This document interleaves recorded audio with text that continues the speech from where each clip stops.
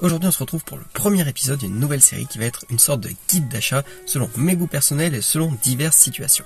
Aujourd'hui on commence avec un budget de 40 000 € selon 3 situations différentes et du coup avec non pas un, non pas deux, mais 3 véhicules pour un budget maximum, comme je vous l'ai déjà dit, de 40 000 €. Allez c'est parti, action!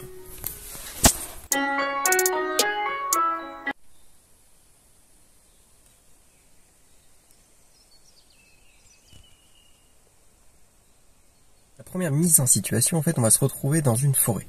Je me suis dit que pour un garage constitué de 3 voitures assez différentes, on pouvait opter pour un franchisseur. C'est pourquoi on se retrouve tout de suite dans la forêt de Bertrange, au fin fond de la Nièvre. Je vous emmène avec moi. On se retrouve ainsi au milieu des bois, juste ici, là, dans un paysage assez naturel, avec des petits chemins qui peuvent partir, comme juste ici, comme ceci. Ce qui fait qu'on va se retrouver avec des chemins boueux, et pourquoi pas, qui se dégradent encore plus pour avoir du franchissement comme ceci.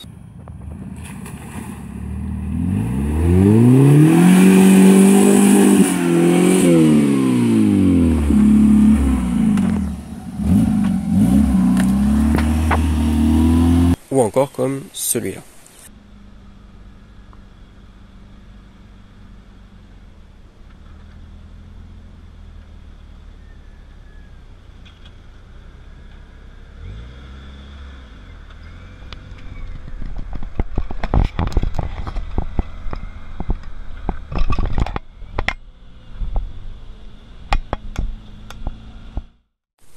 Pour ce type de terrain, je me suis dit que quoi de mieux que d'opter pour un véhicule pas trop cher qu'on puisse utiliser sans avoir peur de l'abîmer, ni un véhicule trop beau entre guillemets pour pareil avoir peur de l'emmener dans les cailloux et sur la terre. Du coup, j'ai regardé les annonces sur Le Bon Coin, sachant qu'il fallait pas que on aille excéder le budget trop conséquent, de manière trop conséquente, vu que, pour rappel, on a 40 000 € de budget. Pour ceci, je suis parti du coup sur un Suzuki, puisque les Suzuki sont quand même réputés pour être des petits baroudeurs assez simples en mécanique, donc pas trop cher ni à assurer, ni à entretenir, ni du coup à l'achat. Beaucoup de chasseurs ont pu l'utiliser. Du coup, il y a deux possibilités, soit le Jimny, comme vous avez pu sans vous en douter, sauf que les Jimny sont hyper surcotés ces derniers temps. Du coup, quoi de mieux que d'opter pour un autre Suzuki, cette fois un Suzuki Samurai. On est à petit peu près dans la même gamme de taille. Par contre, les prix sont un peu plus faibles et on a des vrais baroudeurs encore plus rustiques. Ainsi, sur Le Bon Coin, on peut commencer à trouver des samouraïs pour des prix relativement attrayants. On va être entre 5 et 10 000 €. On partira sur un budget de 5 000 € pour celui-ci. Comme ça, on va avoir encore une enveloppe de 35 000 € à accorder pour les deux autres options. Donc, dans une première recherche, on va partir sur un budget maximum, on va dire, de 6 000 €. On va augmenter un petit peu le budget minimal de manière à ne pas se retrouver qu'avec des épaves qui sont vendues à 1 €, genre échange, ce genre de conneries. Du coup, on va chercher la marque, on va chercher Suzuki, donc un peu plus haut dans la liste. Hop, là, voilà. En termes de modèle, on va chercher effectivement le Samurai, juste ici. On valide, on va rechercher. Donc là, on voit qu'il y en a 32 en France. Donc, il y a de tout. Il y a des voitures essence, des diesels. Moi, je serais plus d'avis pour partir sur un essence. Donc, on va changer le filtre. On va mettre directement essence validé. Il ne va plus en rester que 17. On va éviter les trucs surkilométrés. On va mettre 100 000. Parce que ce pas des voitures qui roulent beaucoup normalement, plus pour faire du petit chemin. Donc là, on va voir. On a le premier modèle qui est somme toute assez basique. Là, on voit un qui a des phares LED qui pourrait être sympa. Si on descend un peu dans la liste, on voit que celui-là a un petit kit déco, là spécialement pour le franchissement. Je pense qu'on va partir sur celui-là.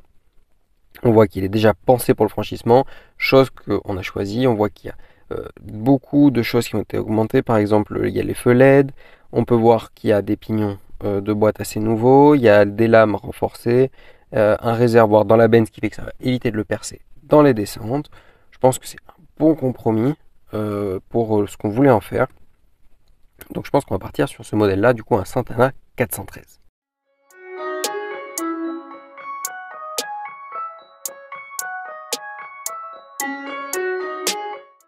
Donc moi je suis assez porté sur un Suzuki Samurai, donc c'est un petit SUV plutôt 4x4 parce qu'on va être sur un châssis échelle, donc avec la carrosserie qui va se mettre, des bras articulés.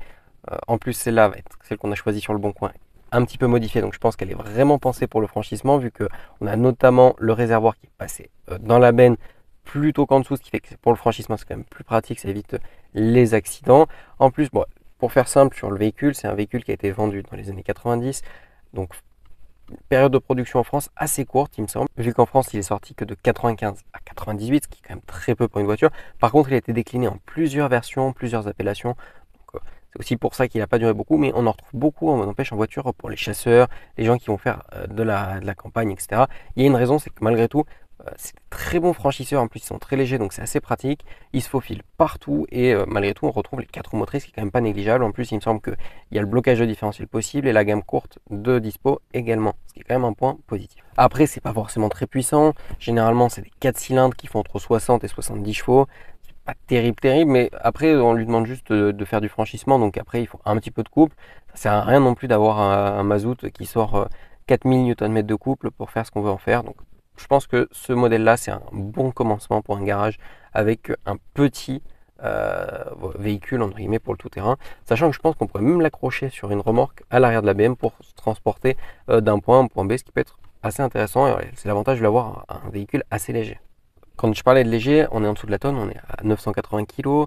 En plus, c'est un véhicule qui ne va pas aller très vite, hein, donc pour faire de l'autoroute, c'est même pas la peine. Je crois que la vitesse max est aux alentours de 130 km/h, ce qui est vraiment pas terrible pour se déplacer.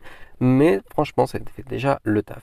En termes de dimension, en fonction des versions, on est de 3,10 m à 4 mètres, grosso modo, ce qui est vraiment pas très grand. Même la largeur est pas très grande. En termes de largeur, on est sur 1,350 m, ce qui est quand même pas excessif, donc c'est vraiment bien, je pense, pour se faufiler et un début de véhicule. En plus, je pense que ça va pas être trop onéreux à réparer parce qu'il doit y avoir pas mal de pièces et ça a l'air assez. On se retrouve maintenant pour le deuxième spot de cet épisode. Du coup, après le petit samouraï, comme vous avez pu le voir juste avant dans les studios, on se retrouve maintenant pour la deuxième voiture. Rappelons-le, sur l'enveloppe totale de 40 000 euros, il nous reste environ 35 000 euros. Je me suis dit qu'il fallait, en plus du petit samouraï pour faire du franchissement, une voiture plaisir. Et je me suis dit que pour une voiture à sensation, il fallait impérativement au moins une Youngtimer. J'ai regardé les Youngtimers dans cette gamme de prix là. Je voulais un cabriolet parce que quoi de mieux l'été que de se balader cheveux au vent au bord des champs. Finalement, je me suis rabattu sur un cabriolet Youngtimer avec une cote très très ascendante, comme on dira, qui est dérivée d'une voiture sportive et qui, elle, pour le coup, voit sa cote augmenter à vitesse phénoménale. Vous l'avez peut-être deviné, je voulais parler de la 205 CTI, dérivée cabriolet de la version sportive GTI, qui a animé les passions pendant longtemps. Je me suis dit que pour ce genre de balade, rien de mieux qu'une petite 205, et en version CTI, ça permet d'avoir le moteur agréable, le confort entre guillemets d'une 205, c'est pas qu'un seul coupé, ce qui fait qu'on peut quand même emmener des enfants ou des amis en balade. C'est parfait aussi pour un pique-nique, ça permet d'avoir suffisamment de place pour pouvoir emmener un grand panier. Et du coup, ça fait un budget total pour cette 205 CTI aux alentours des 10 000 euros, ce qui fait qu'on va avoir 15 000 euros de budget de prix sur la base des 40 000 qu'on avait, ce qui fait qu'on va avoir plus que 25 000 euros de budget. Mais avant ça, je vais vous confirmer le fait que cette voiture coûte aux alentours de 10 000 euros. C'est pourquoi, comme tout à l'heure, on se retrouve en version ordinateur pour voir tout de suite sur le site du parking ou le Bon Coin la cote actuelle d'une jolie 205 CTI sans aucun travaux à prévoir. Effectivement, l'objectif c'est pas d'acheter un projet et de le rénover pour cet épisode. Du coup, on se retrouve tout de suite directement sur l'ordinateur. Deuxième choix maintenant, du coup on va mettre véhicule, voiture. On va changer la gamme de prix. Ce coup-ci, on va augmenter un peu le prix de manière pareille, avoir pas des voitures à restaurer. On va mettre maximum 10 000. On va mettre du coup la marque Peugeot. Donc ça va être dans les premiers de la référence. Hop, juste ici. On va mettre 205. Donc pour rappel, on va chercher une 205 CTI, donc une 205 GTI équipée du moteur de la GTI. Donc ce qui est pas mal. On va préciser en mot-clé CTI pour qu'il n'y ait plus que ces versions-là qui apparaissent. Là, on voit que la capote sur celle-là est un peu abîmée. Celle-ci est de couleur un peu bizarre. Là, le capot a l'air pas en très bon état. Là, c'est un peu bizarre. Celle-ci a pas l'air trop mal. Celle dans le garage. Bon, là, la couleur, j'aime pas trop. Ici, c'est un particulier. On a fait le tour. Je pense qu'on va remonter plus haut pour aller regarder celle qui était dans le garage juste là. Celle-là, à 9 000 euros, elle a l'air pas vraiment pas mal. Donc on voit que le moteur a été changé et refait sur facture. On a bien les 115 chevaux, les jantes de la griffe, peinture métallisée. Franchement, elle a l'air vraiment propre. Bon, il y a le petit sticker à l'avant sur la calandre, je suis pas forcément fan là, du Peugeot Talbot Sport. C'est pas forcément un truc que je laisserais, mais on voit bien que les moquettes ont l'air bien, les sièges aussi. Franchement, elle a l'air vraiment pas mal et je pense que c'est sur celle-là qu'on va partir. Surtout qu'elle a pas trop de kilomètres, on est sur 130 000 kilomètres pour une voiture qui a quand même pas mal d'années, elle est de 89 celle-ci, donc c'est vraiment pas mal. Pour la CTI, du coup, c'est la bombinette cabriolet accessible à tous. Donc on retrouve, par exemple, pour la version Elite 6, c'est le même moteur que la GTI, donc on va être sur 115 chevaux et à peu près autant en termes de Nm pour le couple.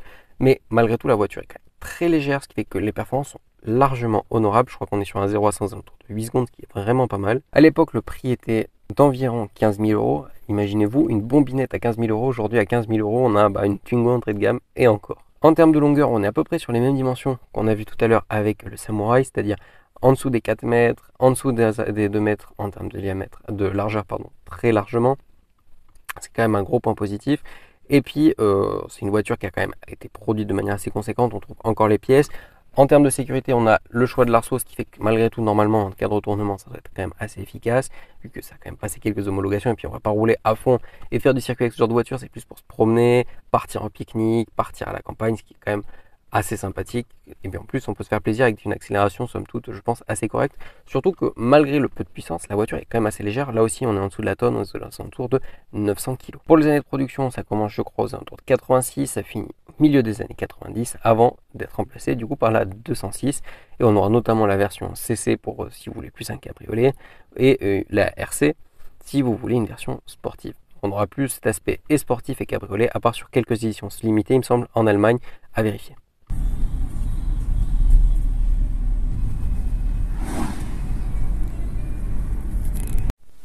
Comme vous avez pu le voir, il s'agit comme troisième option maintenant de partir sur une voiture plus pratique, axée plus pour le quotidien et qui c'est surtout une bonne autoroutière. Pour ça, rien de mieux qu'une allemande. Vous connaissez ma passion pour BMW. Encore une fois, cette passion fait que je vais choisir une BMW. Il faut impérativement un 6 cylindres. Du coup, on part sur une série 3. Au choix E92 ou F80. Moi perso, je pars plutôt sur une F80 qui sera un peu plus récente, peut-être un petit peu plus agréable à conduire. Du coup, on part sur une F80 330D. Personnellement, plus une berline, mais au choix, vous pouvez prendre un break, ce qui fait qu'elle sera encore plus pratique au quotidien. On se retrouve du coup directement sur l'ordinateur pour vérifier cette donnée du 25 000 euros, puisque c'est l'enveloppe qui va nous rester, vu qu'on a dépensé 10 000 euros dans une CTI et 5 000 euros dans un Samurai. Sur l'enveloppe de 40 000 euros, il va nous rester 25 000 euros. Du coup, on va voir ce qu'on peut trouver pour ce budget-là sur une F80. On passe maintenant sur le bon coin pour parler maintenant de la BMW série 3 qu'on va chercher. Bon, je suis pas bloqué sur les générations, je me dis qu'on peut chercher une E92 ou une F80. Alors E92 pour plutôt dire E90 pour la berline ou E91 peut-être du coup pour un break, même si je suis pas forcément fan du break. Je préférerais une berline, donc on va mettre directement série 3. J'aimerais une config un peu sympa, mais j'espère qu'on va réussir à trouver. Donc je me dis que je vais peut-être pas espérer une 40i. Là on voit beaucoup de diesel. Encore un diesel. J'aimerais pas un truc trop kilométré non plus. On va voir si on peut ajouter quelques filtres. On va mettre du coup essence. Hop, on valide. On va actualiser la recherche. Avant, on va quand même changer le kilométrage, comme j'avais dit. On va mettre 60, bon, allez, 80. On valide à nouveau. Là, il n'y a quand même plus beaucoup de résultats. Et je pense que ça sera plutôt la config. Donc là, on a une 92. J'aimerais plutôt une berline, donc c'est trop compliqué. Cabriolet. Bon, les Gran Turismo, c'est vraiment pas ma tasse de thé. Pourtant, 328i, ça peut être sympa. Bon, là, on a un 330iA, mais pareil, c'est un 92. Bon, là, c'est que des petits moteurs sur des 4 cylindres. Config pas terrible. Là, c'est trop vieux. Celle-là est pas mal, là, la bleue. Franchement, j'aime vraiment bien la config avec le bleu comme ça, nuit à l'extérieur et à l'intérieur en cuir. C'est vraiment. Du coup, là, on va voir l'intérieur qui est vraiment pas trop mal. Non, franchement, elle a vraiment tout pour elle, cette voiture. Alors après, c'est que le 4 cylindres de 180 chevaux, mais pour une voiture du quotidien, c'est vraiment pas mal. Surtout qu'elle a que 25 000 km environ. Elle a que 2 ans. Elle a les LED qui pour moi est important. Voilà, elle n'a pas de pack particulier vu que c'est une lounge. Mais bon, elle a l'air d'avoir le GPS, les équipements de base, c'est-à-dire limiteur, régulateur. Donc ça peut être un choix. On va voir s'il Pas une autre config qui nous tape dans l'œil, bon ça va être trop récent. Celle-là est pas mal, mais bon, légende M hors de question. Bof, le blanc pas terrible. Il y en a vraiment qui font des modifs dessus, c'est incroyable. Bof, la légende pas terrible. Celle-là, ça peut être sympa avec le pack M comme ça. Alors, elle est un peu plus ancienne, à l'intérieur claque quand même en rouge comme ça. Je pense qu'on va partir sur celle-ci en fait plutôt. Alors, le gris extérieur, je suis pas forcément fan, mais le pack M, du coup, on a le beau volant. Bon, on n'a pas le grand GPS, c'est pas forcément dramatique. J'ai pas l'impression qu'il y ait l'option GPS non plus, vu qu'il n'y a pas les 4 boutons sur le iDrive. Mais par contre, ouais, là, le rouge à l'intérieur, ça en jette beaucoup. Puis il y a deux petites sorties d'échappement. Ah, c'est vraiment, vraiment joli. Non, je pense que celle-là, ça va faire l'affaire, hein. En plus, on est sur un essence avec un bruit plutôt sympa. Donc, ouais, 50 000 bornes. Feu automatique, rétroviseur vite teinté. Bon, voilà, tout le paquet, quoi. Après, donc, toutes les options de série. Donc, ouais, on voit bien que c'est 245 chevaux. Ouais, franchement, elle est bien, bien équipée pour voir l'année. Je pense qu'on va partir sur celle-là, du coup. En ce qui concerne la BM, on est sur 4,62 m de long. Comme on l'a vu tout à l'heure, 245 chevaux, ce qui est déjà vraiment pas mal pour un daily driver. En termes de couple, c'est pas un diesel, donc on n'a pas un couple de camion comme sur les versions 30D ou 6 cylindres, on voit énormément de couple. On va être un petit peu en dessous. Ici, on va être à 350 Nm. Bon, sachant que le 28i, évidemment, c'est pas le 6 cylindres. À ce prix-là, je pense pas qu'on puisse trouver une F80 en 6 cylindres de cette configuration là, donc je suis resté sur le 4 cylindres. Par contre, j'ai pris le plus haut de gamme avec les 245 chevaux, ce qui est vraiment très très bien. Je pense que pour un daily, en plus, ça évite de trop consommer, la pollution pareil, pas trop. Donc, franchement, je pense que c'est le bon compromis, parce qu'en rejet de CO2, on est aux alentours de 150 grammes. Il me semble que le cycle NEDC prévoyait 149 grammes, quelque chose comme ça. Donc, ce qui est vraiment pas mal. On a un 0 à 100 qui est assez rapide, puisque c'est 5,9 secondes, ce qui est largement suffisant pour cramer grande partie du parc automobile à la sortie du péage. On a une vitesse de pointe comme d'habitude chez les Allemands aux alentours de 240 km/h. Pareil, jamais personne ne va l'utiliser comme ça, à part en Allemagne, mais sinon personne ne va aller taper le 240 au quotidien, ce qui est largement du coup aussi. Bon, évidemment, pour avoir cette puissance-là, c'est pas un moteur atmosphérique, hein, même si on aime les atmosphériques sur les essences. Là, le 4 cylindres a quand même besoin d'une suralimentation, donc on va retrouver un turbo qui va souffler, et c'est comme ça qu'on va obtenir autant de vitesse, enfin autant de puissance, pardon, et surtout de couple. Sachez quand même que c'est une voiture assez rare à trouver, puisque en fait elle a été produite en 2015, que il me semble de début mars 2015 jusqu'à début juillet 2015 ou quelque chose comme ça. Donc ça veut dire même pas une année complète de production. En fait, je sais plus exactement les raisons pour lesquelles ils ont arrêté. C'était peut-être les normes de pollution ou peut-être qu'ils avaient restructuré la gamme au moment où ça avait été disponible. Je sais plus exactement. En tout cas, c'est assez rare d'en trouver. Elles ont beaucoup de kilomètres, donc celle-là c'est assez rare. En plus de 2015, elle a à peine 6 ans, ce qui est quand même largement honorable. Et en termes de fiabilité, je pense que ça sera pas mal. Après, en plus, le 4 cylindres va faire qu'on va avoir, en termes d'entretien, des coûts inférieurs aux 6 cylindres. Et en plus, à l'assurance, c'est pareil, ce qui est quand même un bon point. Pour un daily driver, on veut qu'il soit un minimum économe, pratique au quotidien, tout en ayant un minimum de plaisir, parce qu'on est quand même avant tout des bagnolards. Voilà, l'épisode est maintenant terminé.